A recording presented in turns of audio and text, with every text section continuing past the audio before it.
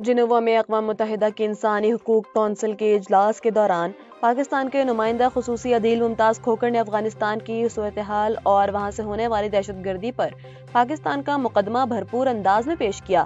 انہوں نے کہا کہ پاکستان میں حالیہ دہشت گرد حملوں میں خطرناک حد تک اضافہ ہوا ہے، جن کے تانے بانے افغانستان میں موجود محفوظ ٹھکانوں سے ملتے ہیں۔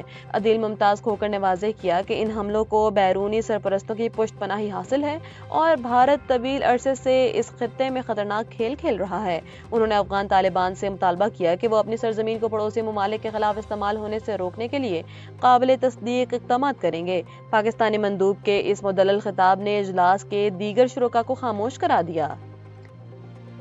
ایران کے صدر مسعود پزشکیان نے وزیراعظم شہباز شریف سے ٹیلی فونک گفتگو کرتے ہوئے عالمی برادری کے رویے پر گہری تشویش کا اظہار کیا ہے۔ انہوں نے کہا کہ دنیا جنگ کے اصل ذمہ داروں کو لگام دینے میں ناکام رہی ہے، جس سے عالمی نظام اور سیکیورٹی کو سنگین خطرات لاحق ہو سکتے ہیں۔ ایرانی صدر نے واضح کیا کہ ان کا ملک خطے کے دیگر ممالک کے ساتھ کسی تنازع میں پڑنے کا ارادہ نہیں رکھتا۔ دوسری جانب چین نے بھی خلیجی ریاستوں پر حملوں کی مخالفت کرتے ہوئے مذاکرات پر زور دیا۔ چینی وزارت خارجہ کے ترجمان کا کہنا ہے کہ بحران کا واحد حل بات چیت ہے اور چین امن و استحکام کے لیے تمام فریقین سے رابطے جاری رکھے ہوئے ہے۔ ایران کے دارالحکومت تہران میں اس وقت سنسنی خیز صورتحال پیدا ہو گئی ہے، جب ایرانی میڈیا کے براہ راست نشریات کے دوران انقلاب اسکوائر پر زوردار دھماکوں کی آوازیں سنی گئی ہیں۔ ویڈیو فوٹیجز میں واضح دیکھا جا سکتا ہے کہ جس وقت رپورٹر کوریج کر رہا تھا، پس منظر میں یکے بعد دیگرے کئی دھماکے ہوئے جن کی آوازیں مائکرو فون میں ریکارڈ ہوئی ہیں۔ تاہم حیران کن طور پر وہاں موجود ہجوم نے خوف زدہ ہو کر بھاگنے کے بجائے غیر معمولی استقامت کا مظاہرہ کیا۔ مظاہرین ایرانی پرچم لہراتے رہے اور امریکہ کے خلاف شدید نعرے بازی کرتے ہوئے اپنی مزاحمت ریکارڈ کرائی۔ ابھی تک ان دھماکوں کی نوعیت اور نقصانات کے بارے میں حکومتی سطح پر کوئی حتمی بیان سامنے نہیں آیا۔ مشرق وسطی میں جاری جنگ اور حالیہ میزائل حملوں کے پیش نظر برٹش ایئر ویز نے ایک اہم ترین منزل کے لیے اپنی تمام پروازیں عارضی طور پر معطل کرنے کا اعلان کر دیا ہے۔ ایئر لائن کے ترجمان کے مطابق یہ فیصلہ مسافروں اور عملے کی سلامتی کو یقینی بنانے کے لیے کیا گیا ہے اور یہ معطلی رواں سال 2026 کے آخر تک برقرار رہ سکتی ہے۔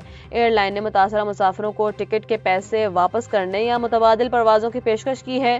واضح رہے کہ یہ خطے میں حالیہ فضائی مہم جوئی اور تہران اور اسرائیل کے درمیان براہ راست تصادم کے باعث عالمی فضائی کمپنیوں کو اپنے روٹ پر تبدیل کرنے یا پروازیں منسوخ کرنے پر مجبور ہونا پڑا۔ پاک افغان سرحد پر کشیدگی کے بعد پاک افواج نے افغان طالبان اور فتنۃ الخوارج کے ٹھکانوں کے خلاف بھرپور جوابی کارروائی کا آغاز کر دیا ہے۔ سیکیورٹی ذرائع کے مطابق جوب سیکٹر میں پاک فوج نے افغان طالبان کی پوسٹ نمبر 2 اور 3 کو نشانہ بنایا، جس کے بعد طالبان اہلکار اسلحہ چھوڑ کر فرار ہونے پر مجبور ہو گئے۔ اس کے علاوہ ارندو اور کرم کے علاقوں میں بھی اہم مراکز کو تباہ کر دیا گیا ہے۔ آپریشن کے دوران پاک فوج نے فرار ہونے والے جنگجوؤں کے قبضے سے روسی ساختہ ہیوی گرینیڈ اور دیگر جدید اسلحہ قبضے میں لے لیا ہے۔ سیکیورٹی حکام نے واضح کیا ہے کہ یہ آپریشن تمام اہداف کے حصول تک پوری قوت کے ساتھ جاری رہے گا۔ ایران کی جانب سے خلیجی ممالک میں موجود امریکی فوجی اڈوں اور توانائی کی تنصیبات پر ڈرون اور میزائل حملوں کے بعد پورے خطے میں ہائی الرٹ جاری کر دیا گیا ہے۔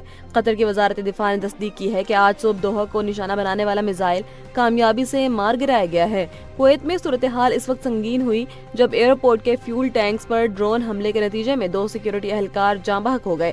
بحرین کے علاقے 17 میں ہونے والے حملوں میں بچوں سمیت 32 افراد زخمی ہوئے، جبکہ منامہ میں ایک رہائشی عمارت پر ڈرون گرنے سے ایک خاتون ہلاک ہو گئی۔ متحدہ عرب امارات میں اب تک 1000 سے زائد حملوں کا مقابلہ کرنے کا دعویٰ کیا ہے، جہاں ابوظہبی میں ملبہ گرنے سے ایک پاکستانی شہری بھی جاں بحق ہوا ہے۔ سعودی عرب نے اپنے سرحد کے قریب شیبہ آئل فیلڈ پر آنے والے متعدد ڈرونز کو تباہ کر کے بڑی تباہی سے بچا لیا ہے۔ مشرق وسطی میں ابتر سیکیورٹی صورتحال اور لاجسٹک مسائل کی وجہ سے افغانستان اور سری لنکا کے درمیان schedule white ball cricket series کو باقاعدہ طور پر ملتوی کر دیا گیا ہے۔ افغانستان کرکٹ بورڈ کے مطابق یہ سیریز 13 سے 25 مارچ تک متحدہ عرب امارات کے شہروں دبئی اور شارجہ میں کھیلی جانی تھی، جس میں 3 T20 اور 3 ون ڈے میچز شامل تھے۔ خطے میں فضائی سفر اور سیکیورٹی خدشات کے پیش نظر دونوں بورڈز نے باہمی رضامندی سے اس سیریز کو اب 2026 کے آخر تک ری شیڈیول کرنے کا فیصلہ کیا ہے۔ انٹر امریکن پریس ایسوسی ایشن کے تازہ رپورٹ نے سال 2024 کو صحافت کے لیے بدترین سال قرار دے دیا۔ رپورٹ کے مطابق امریکہ کی درجہ بندی میں غیر معمولی تنزلی دیکھی گئی ہے، جہاں امریکہ 23 ممالک کی فہرست میں چوتھے سے 11ویں نمبر پر آ گیا ہے۔ اس گراوٹ کی بڑی وجہ صدر ڈونلڈ ٹرمپ کی میڈیا مخالف پالیسیاں، تنقیدی صحافت کے خلاف بیانیے اور سرکاری نشریات ادارے وائس آف امریکہ کی بندش بتائی گئی ہے۔ رپورٹ میں وینزویلا اور نکاراگو کو اظہار رائے سے محروم بدترین ممالک قرار دیا گیا ہے، جبکہ کینیڈا اور برازیل بہترین کارکردگی والے ممالک میں شامل ہیں۔